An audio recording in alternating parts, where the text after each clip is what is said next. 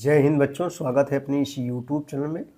आज की इस वीडियो में एक बार फिर से हम कक्षा 12 के विद्यार्थियों के लिए हिस्ट्री यानी इतिहास का बहुविकल्पीय प्रश्न लेकर आए हैं। ये बच्चों विजयनगर, एक साम्राज्य की राजधानी विजयनगर, यानी ये चैप्टर नंबर 7 रहेगा।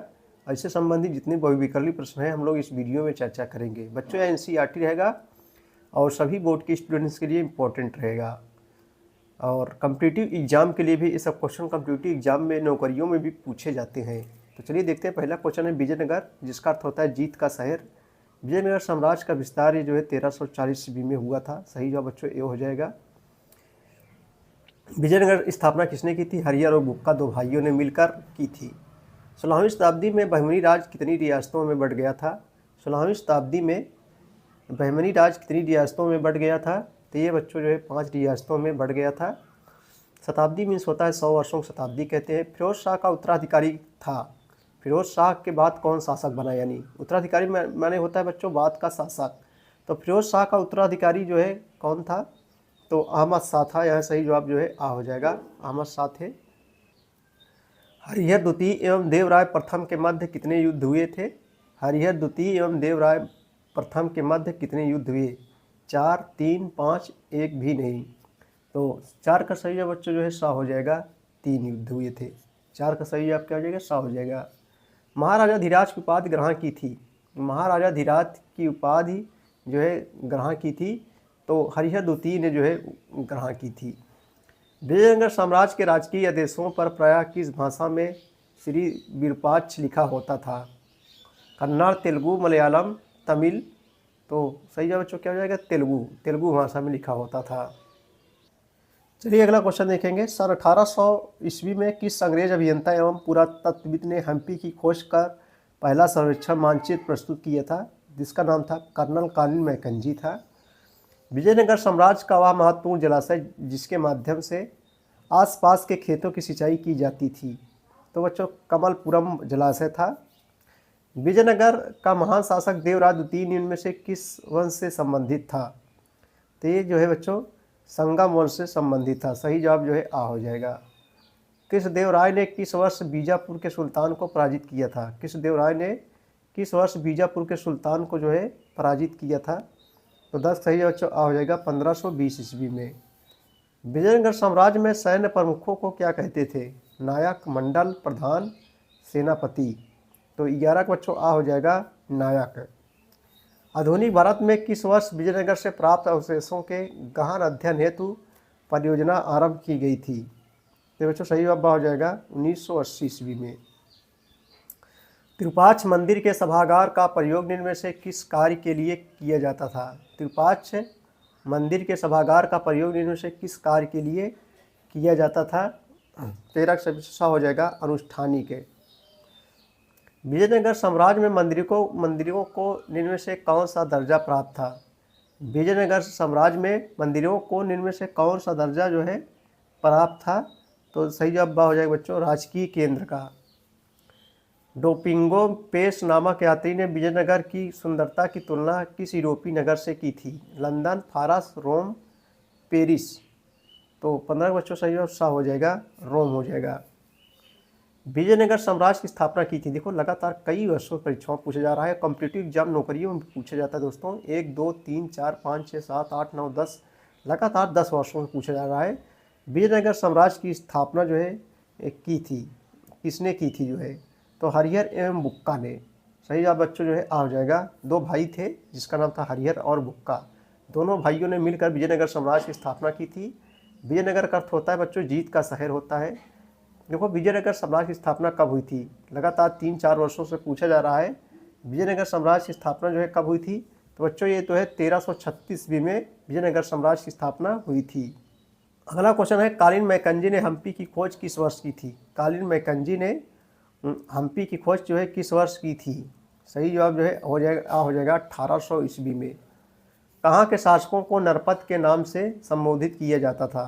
कहाँ के शासकों को नरपत के नाम से संबोधित किया जाता था?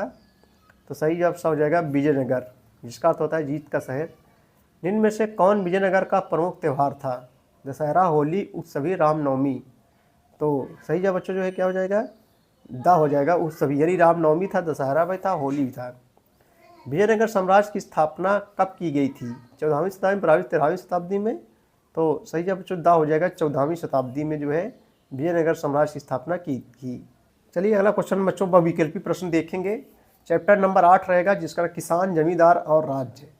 कृषक समाज और मुगल सम्राट लगभग 16वीं शताब्दी 17वीं शताब्दी। किसान, जमींदार और जो है राज्य, इससे संबंधित जितने बहुविकल्पी प्रश्न हैं हम लोग इस वीडियो में देखेंगे। तो पहला क्वेश्चन है, कृषक की परिभाषा मध्यकाल में सबसे पहले किसने दी थी? कृषक की परिभाषा मध्यकाल में सबसे पहले किसने दी थी? तो बच्चों जो है इरफान हबीब। सही जवाब जो है बा हो जाएगा।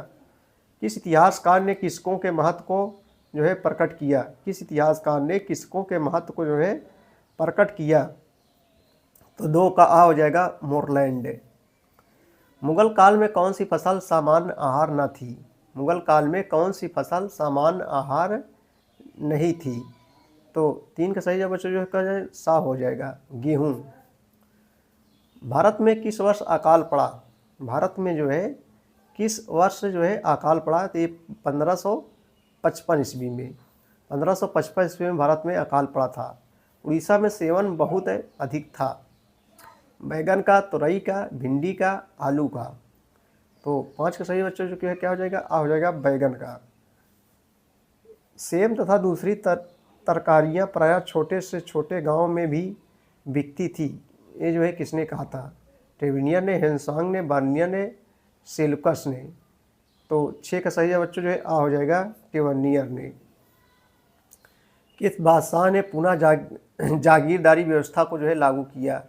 हुमायूं, बाबर, अकबर, जहांगीर। तो 7 का सही बच्चों जो है आ हो जाएगा हुमायूं। दहसाला पद्धति को लागू किया गया? दहसाला पद्धति जो है कब लागू किया गया? तो 1580 ईस्वी में। किसकों का एक वर्ग कहलाता था? पाही, दास, श्रमिक, मजदूर। तो 9 सही बच्चों आ हो जाएगा पाही। मुगल काल में घी कहाँ का प्रयोग कहाँ नहीं किया जाता था? मुगल काल में घी कहाँ प्रयोग नहीं किया जाता था? कश्मीर, उड़ीसा, बंगाल, उत्तर भारत। 10 का सही बच्चों आ हो जाएगा कश्मीर। अबुल फजल द्वारा रचित किस ग्रंथ में मुगल काल से संबंधित तथ्यों का विवरण दिया गया? बादशाहनामा, तुजुक बाबरी, जहांगीरनामा, आईने अकबरी। तो 11 का सही बच्चों जो है दा हो जाएगा आईने अकबरी। अबुल फजल ने लिखा है। आईने अकबरी को कितने खंडों में बांटा गया है? आईने अकबरी को कितने खंडों में बांटा गया है? तो बच्चों सा हो जाएगा 5 खंडों में बांटा गया है। मुगल कालीन आर्थिक दशा में समाज में समान लोगों को कितने समूह में वर्गीकृत किया गया है? 1, 2, 3, 4। 13 का सही सा हो जाएगा 3।